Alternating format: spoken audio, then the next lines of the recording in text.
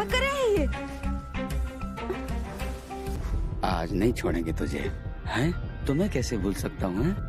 तो दोस्तों, स्टोरी की शुरुआत में हम उस ठरकी आदमी को देखते हैं जो ऋषि की पत्नी के साथ रोमांस कर रहा था कि तभी उसकी बड़ी बहू भी उसे उसके साथ ये सब करते हुए देख लेती है और डरने लगती है कहीं उसके साथ भी कुछ तूफानी ना हो जाए। जिसके बाद उसका ठरकी ससुर बोलता है, अरे तू बाहर क्यों खड़ी है, अंदर ही आजा, तेरे को भी मजा देता हूँ जैसे पहले दिया करता था। लेकिन वो कुछ घबराई हुई सी लग रही थी। लगता है तुझे कुछ याद नहीं है। इतना सुनकर तो उसकी बहू वहाँ से चली जाती है और वो अपने कार्यक्रम में लग जाता है। यहाँ पर वो खूब पलंग तोड़ता है और चरम सुख पा लेता है। इसके बाद वो अपनी बहू को मतलब नर्स को उस बेड पर लिटाकर वहाँ से चला जाता है और बोलता है अगली बार फिर आऊंगा। वहीं हम खुशबू भाभी को देखते हैं जो कि अब ऋषि को फोन करके बोलती है, अब तुम्हें बहुत दिन हो गए हैं, अब मुझे तुम ना यहाँ कल चाहिए तो चाहिए, मतलब कल यहाँ आना पड़ेगा आपको। लेकिन वो कुछ आनाकानी करता है, शायद अपने बाप की वजह से। लेकिन उसकी भाभी बोलती है नहीं, तुम्हें कल यहाँ आना पड़ेगा। जिसके बाद वो मान जाता है। कहानी में आगे खुशबू भाभी फिर से अनीसा के रूम में जाती है। तब अनीसा उनसे बोलती है, दीदी लगता है मुझे कुछ हो रहा है, मुझे कुछ अलग सा महसूस हो रहा है। लेकिन उसकी भाभी बोलती है तुम्हें कुछ नहीं हो रहा, तुम बिल्कुल ठीक होने वाली हो। अब वो नहीं चाहती थी कि ये सब वो अनीसा को बताए। वो अनीसा के लिए थोड़ा सा जूस भी लेकर आती। फिर भी अनीसा भाभी को बोलती है, दीदी मुझे कुछ भी अच्छा नहीं लग रहा और मेरा मन भी नहीं लग रहा। तब भाभी बोलती है, अनीसा सब कुछ ठीक हो जाएगा। अब फिर से रात होती है। तब भाभी उसकी दवाई की शीशी को बदल देती है जिससे वो इन दोनों भाभीियों को बेहोश किया करता था। लेकिन वो नहीं जानता था कि उसका राज जल्दी ही खुलने वाला है। जिसके बाद उनका ठरकी ससुर उस दवाई को यूज करने के लिए रुमाल पर डालता है और वो अनीसा के रूप में पहुंच जाता है जहां पर वो उसकी खूबसूरती के दीदार करने लगता है। लेकिन जैसे ही उसका ससुर उसके मुंह पर उस दवाई को रखता है तब उसे कुछ नहीं होता और नर्स की आंखें खुल जाती है। वो बोलती है ये क्या कर रहे हो आप, लेकिन वो उसे जबरदस्ती ही रोमांस करने के लिए तैयार कर रहा था। जब वो ठरकी नहीं मानता तो अनीसा जोर जोर से चिल्लाने लगती है और बोलती है हम आपकी बहू हैं, आप हमारे साथ ऐसा नहीं कर सकते।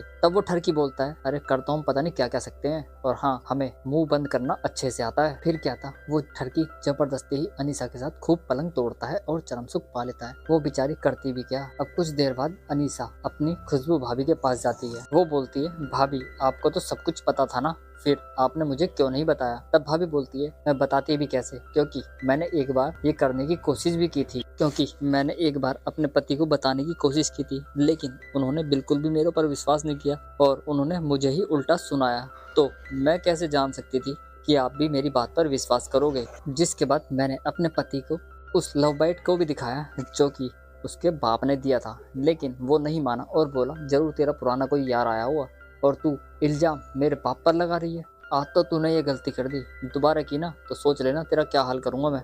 लेकिन अब अनीसा मानने को तैयार नहीं थी।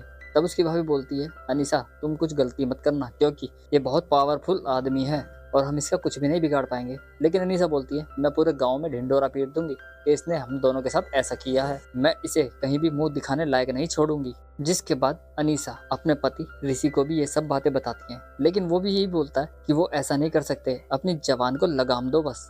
वो ये सब प्रूफ करने के लिए भी बोलती है, लेकिन उसका पति उसकी एक नहीं मानता और वहाँ से चला जाता है। जिसके बाद फिर से उसका ठरकी ससुर वहाँ से आता है और वो उनकी सब बातों को सुन लेता है और बोलता है, बता दिया ना सब कुछ पति को, लेकिन क्या उसने माना तेरी बात को। तूने क्या सोचा मेरा ही खून मेरे से बगावत करेगा, ऐसा हो नहीं सकता, वो मेरा बेटा है।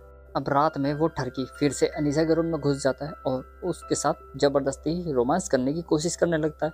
लेकिन इस बार ऋषि वहां जाता है और उसे खूब अच्छी ढंग से सुनाता है। जिसके बाद वो अनीसा को बुला लेता है, लेकिन तभी धोखे से उसका बाप उसके सर पर कुछ मार देता है और वो ऋषि नीचे गिर जाता है। इसके बाद वो फिर से अनीसा के साथ जबरदस्ती करने लगता है और बोलता है, ये भी मेरा है, तू भी मेरी और खुशबू भी मेरी है। तभी वहाँ पर अनीसा हाथ में गुलदस्ता लेकर आ जाती है और उसके सर पर देकर मारती है। जिसके बाद वो नीचे गिर जाता है। फिर क्या था, दोनों उसे गमले से मारकर उसका मर्डर कर देती है और इस तरह वो अपने पूरे परिवार को बचा लेते हैं। वीडियो आपको कैसी लगी कमेंट करके जरूर बताइएगा।